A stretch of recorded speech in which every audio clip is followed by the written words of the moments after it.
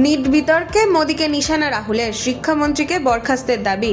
NEET প্রশ্ন ফাঁস এবং শিক্ষা ব্যবস্থা নিয়ে প্রধানমন্ত্রী নরেন্দ্র মোদীর এক্স পোস্টের পরই পাল্টা আক্রমণ শানালেন লোকসভার বিরোধী দলনেতা রাহুল গান্ধী।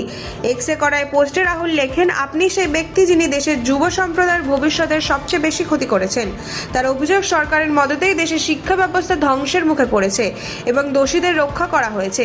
পাশাপাশি তিনি শিক্ষার্থীদের দাবির কথা তুলে ধরে কেন্দ্রীয় শিক্ষামন্ত্রী ধর্মেন্দ্র প্রধানকে বরখাস্ত, ছাত্রদের কাছে প্রকাশ্যে ক্ষমা চাওয়া এবং আন্দোলনকারী পড়ুয়াদের ওপর হামলায় জড়িতদের বিরুদ্ধে কঠোর ব্যবস্থা নেওয়ার দাবি জানান। এই পোস্ট ঘিরে ফের রাজনৈতিক তরজা তীব্র হয়েছে।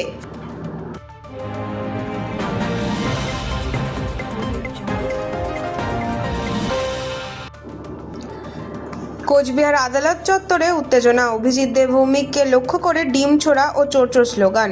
কোচবিহার মহকুমা আদালত চত্বরে চাঞ্চল্যকর ঘটনা, প্রতারণা ও তোলাবাজির অভিযোগে গ্রেফতার কোচবিহার তৃণমূলের প্রাক্তন জেলা সভাপতি অভিজিৎ দে ভৌমিককে আদালতে তোলার সময় তাকে লক্ষ্য করে ডিম ছোড়া হয়। পাশাপাশি আদালত চত্বরে চোরচোর স্লোগানও ওঠে, যার জেরে মুহূর্তে উত্তেজনা ছড়িয়ে পড়ে।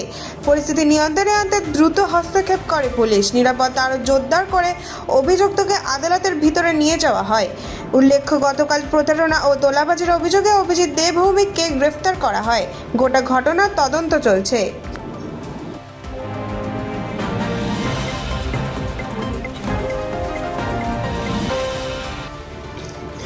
ভারত বাংলাদেশ সীমান্তে বেড়া দেওয়ার কাজ, বিএসএফকে 10 একর জমি দিল বাংলা সরকার। ভারত বাংলাদেশ সীমান্তে নিরাপত্তা জোরদার করতে বেড়া দেওয়ার কাজ দ্রুত করা হচ্ছে। পশ্চিমবঙ্গ সরকার বিএসএফকে সীমান্ত এলাকায় 9টি জেলায় 100 একরের বেশি জমি দিয়েছে। এই জমিতেই এখন 172 কিলোমিটার লম্বা বেড়া বসানো হচ্ছে। বিএসএফ এর বক্তব্য, এর ফলে সীমান্ত পেরিয়ে অনুপ্রবেশ এবং চোর চালানে লাগাম দেওয়া যাবে। গত কিছু সময় ধরে সীমান্ত নিরাপত্তা নিয়ে কেন্দ্র এবং রাজ্য সরকার লাগাতার বৈঠক করছিল। এখন জমি পাওয়ার পর কাজ দ্রুত শুরু হয়েছে।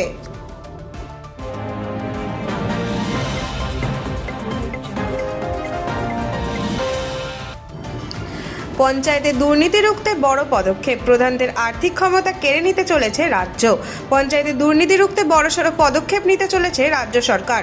সূত্রের খবর, পঞ্চায়েত প্রধানদের হাত থেকে সমস্ত আর্থিক ক্ষমতা কেড়ে নিয়ে সেই দায়িত্ব দেওয়া হবে পঞ্চায়েতের সচিবদের হাতে। এই লক্ষ্যে কঠোর আইন আনতে চলেছে সরকার। আগামী শনিবার চলতি বিধানসভা অধিবেশনে এই সংক্রান্ত বিল পেশ হওয়ার সম্ভাবনা রয়েছে। সরকারের দাবি, এই পদক্ষেপের ফলে আর্থিক লেনদেনে স্বচ্ছতা বাড়বে এবং পঞ্চায়েত স্তরে দুর্নীতি রোধে আরও কার্যকর ব্যবস্থা নেওয়া সম্ভব হবে। এখন নজর বিধানসভায় এই প্রস্তাব কতটা সমর্থন পায়।